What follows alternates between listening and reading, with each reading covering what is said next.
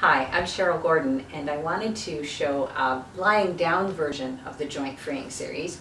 This would be great to do maybe before bed, just to kind of discharge some of the tension from the day, or if you feel like you just need a really gentle practice for today. So first of all, here's a chair. I always have one close by when I'm practicing. If you ever found that you had sore knees or need a little bit of support transferring to and from the floor, this is how you could do it. You turn to face the chair square, place your hands on the chair. And then let's say that this knee is the happier knee for today. What I'm going to do is I'm going to take that knee and I'm going to let it come to the ground. So this knee that's sore, maybe I've had a knee replacement on this side, it doesn't have to go to the floor. Then I'm going to shift the hands over, so one hand's on the floor, one hand's still on the chair. This brings me really close to the floor. I can just take a chance and just let my hips fall to the floor now. And now I'm down, and I didn't have to put any pressure on my sore knee. So I'm going to just move that chair out of the way and get ready to get into my joint freeing. You notice I've lined up a nice folded blanket on the floor. If you're working on a cushy carpet, you might not need this, but I have a hardwood floor, so I appreciate this support for my spine. I'm going to roll over onto my side, then onto my back, and just kind of shift around a little bit so that my whole spine and my head are supported by the blanket. Notice I don't have a big pillow under my head. I want to maintain a neutral curve here in my neck as much as possible, so I can feel it coming up in a little bridge from the floor. It's kind of like the little bridge I have underneath here. It's all natural and it's all good. So first thing I'm going to do is choose which side I want to start on. This is the side that's feeling a little less cranky today. So I'm going to gently lift one leg, hold on to it however makes sense. I can just hang on to the pant if I can't get my hands right around here. That works fine. As I inhale, I'm going to fan the toes out, and exhale, close the toes in like I'm trying to grab a pencil or something. You can do that for a couple of breaths. I usually have to start really slow because it's easy to get foot cramps if you go into this gung-ho right away. And then once I've done that for about 3 breaths, I'll inhale, point the toe away, and exhale, flex the ankle. And I'll do that for about 3 breaths. Notice I'm breathing in and out through the nose as much as possible and going pretty slow with this. There's no pressure to get a whole bunch of stuff done all at once. And then roll your ankle joint around. Maybe I'll inhale as I go this way and exhale as I reverse directions. Sometimes there's a lot of cracking and creaking in the joints, but I'm trying to do this so that I don't create a lot of discomfort or cracking and creaking. Good. And now I'll think about the knee on this side. As I inhale, let the leg straighten. As I exhale, bend the knee. And try that a couple times. Again, trying to bend the knee gently with awareness. So I'm moving the knee so it doesn't hurt, doesn't creak and crack a whole lot. While I've got that knee bent, maybe I'll just guide, as I inhale, the leg out around, and then go back in the other direction as I exhale. So now I'm thinking more about the hip joint.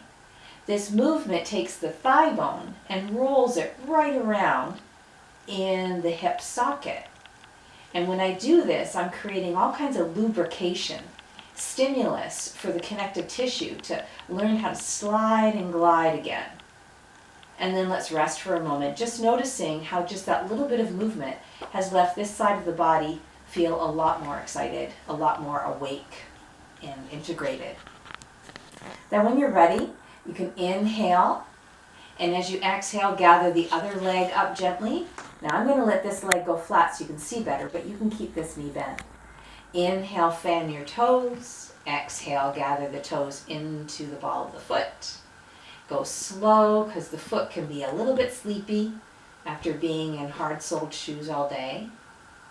Inhale and exhale. On the next inhale, I'll point the toes away. And as I exhale, I'll flex. A couple more times like that.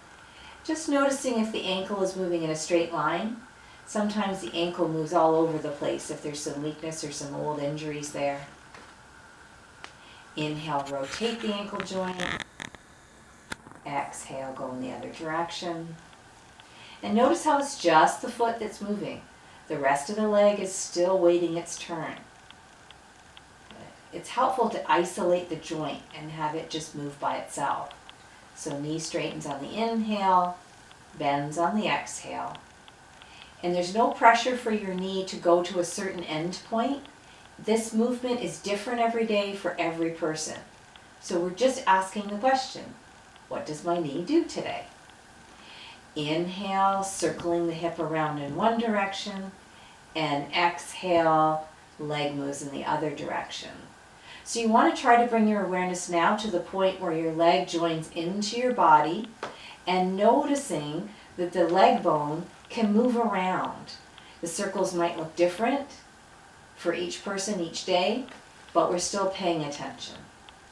And we finish back into what sometimes is referred to as constructive rest. So you may find that you've got a lot more interest now in your lower body. I'm going to do one more thing to kind of work into the hip joint. I'm going to take my leg that was happier to move, and as I inhale, I'm going to drop the knee out to the side. As I exhale, I'm going to straighten the leg out so the foot goes to the corner of the mat. As I inhale, I'm going to roll the thigh bone so that it faces inwards. And as I bend the knee on the exhale, it goes towards the opposite shoulder. Let's try that again. Inhale, knee comes out. Exhale, leg straightens. Exhale, leg rolls inward. And as I exhale, I draw the knee into the opposite shoulder. One more time. Inhale. Exhale. Inhale. And exhale. Dropping the foot to the floor and taking a moment to recalibrate. So I've broken these movements down half breath by half breath so my body can really catch up to what's going on. Let's try the other side. Inhale, knee drops out to the side. Exhale, leg straightens and externally rotates. Inhale, internal rotation. And exhale, bend the knee and direct it towards the opposite shoulder. I'm going to move through that a couple more breaths. Noticing each part of the movement and allowing my brain to fully register if there's any restrictions, keeping the movement within a pain-free range of motion. And it might not just be the hip joint itself that tells me it's not happy. It could be other parts of the body. I'm going to listen to those as well. Okay, so let's take a moment to rest. Touch base with that nice, easy inhale and exhale through the nose. And we'll start moving into the hands. So let's inhale, fan the fingers out. Exhale, gather up the sides of the mat and squeeze a little bit. Inhale, fan the hands out. Exhale, gather the mat up and squeeze. One more breath. And then let's keep moving. Inhale, arms open. Exhale, elbows bend. Inhale and exhale. Simple movement, but lovingly awakening the arms to what exercises you might want to do next. And then when you're ready, let the elbows come a little bit away from your body. As you inhale, gather the shoulder blades together and lift the center of your chest up towards the sky. As you exhale, separate the shoulder blades and press the upper back into the floor. Inhale and exhale. Inhale. And it's all about the shoulder blades. You can feel them moving against the ground. Then when you're ready, let the arms rest at your sides for a moment. You may feel quite a change in your upper back. And then when you're ready, inhale, lift the arms up. Exhale, lower the arms down. Keep your shoulder blades firmly attached to the floor and let your arms float freely. If they don't touch the floor behind you, it's fine. Just let's see how they want to move today.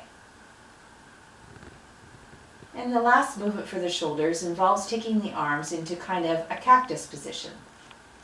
Many shoulders have a few restrictions, so your hands might not touch the ground, or you might have to bring your elbows a little closer into the body. Those are all fine adjustments, and you'll still get the same benefits.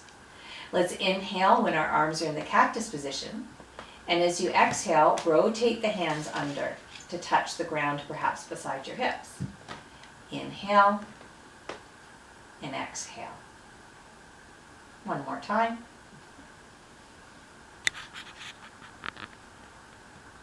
And then let the arms adjust to something more comfortable. So we work from the toes up through the knees and hips. We work with the hands, wrists, elbows, and shoulders. Now we'll start working a little bit with the back. We'll start with some simple pelvic tilts. Remember I mentioned the little curve under the spine, under here? We're going to work with that now. So it might not look like there's a lot going on from your perspective, but I can really feel some deep shifting going on. On the inhale, I'm going to let my belly enlarge with the breath in a normal way. And then on the exhale, I'm going to push my belly down, and that's going to shift my pelvis a little bit. Inhale, I'm going to let everything relax and inflate like little balloons in my belly. And then exhale, I'm going to just do that little tilt again. Maybe one more time. Again, this can be a complicated part of the body, this lower back. So be gentle and make sure you move in a pain-free range of motion. Perfect. And then from here, I'm going to stretch one leg out and reach to the corner of the mat. See if it's possible to bring the other leg alongside. Sometimes people like to cross one ankle over the other, but I find it's easiest just to keep my legs beside each other. Then start to angle the upper body over to the same side of the mat. If you look at me from on top, I might look a bit like a banana. Now I'm focusing on this other side of my body here, between the hip and the armpit. I'm trying to lengthen the space in this side of my spine. I can exaggerate this by taking this arm up behind my body, but you don't have to do that. The arm could just be back in cactus arms or laying in a comfortable position. Your breath could help you though. If you take a nice deep breath, you may feel this side of your body, it's my right side, really stretching because of the inflation of the lung. One more breath. And then I'm going to slowly pull out of this, bringing my torso back centered over the blanket and stepping one leg and then the other leg back into constructive rest. Sometimes that's very impactful, so you might need a little break between sides to absorb all the changes. When you're ready, one leg stretches out to the corner of the mat, the other leg stretches out beside it. Then you can angle your torso then that same direction that your feet are pointing. So there's a big stretch between the hip bone and the armpit. And we're really focusing on this side of the body. You could do this with your arm, but it's certainly not necessary. When you're ready though, really focus on this side for breathing. You can actually focus more air to go into this lung if you put your mind into it. So let's take one more breath here.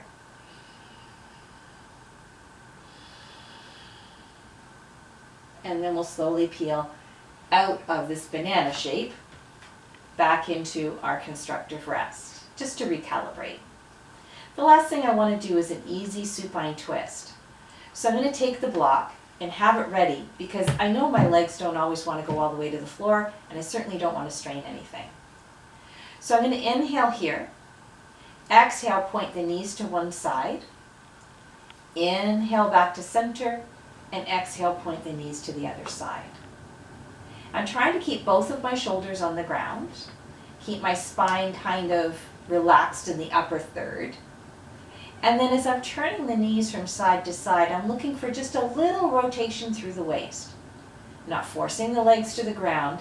I'm just enjoying the sense of liberation that comes by bringing lots of circulation to that tender part of my middle back. After I've done about 3 breaths to each side, I'm good to go. I'll come back to constructive rest, recalibrate, move my prop out of the way here, and I'm ready to move on to other yoga poses or whatever comes next for me today. To transfer up from the floor, I'm going to carefully roll over to my side, press up from the floor, bring my chair back into position. My chair is going to help me get back up. Now, as you might recall, this is the knee that can bear weight. This is the one I don't really want to bear weight on. So I'm going to keep shifting over until I can get my sore knee on the blanket, or my better knee on the blanket, but I still have that support, I haven't put any weight on my sore knee. I've brought that foot forward.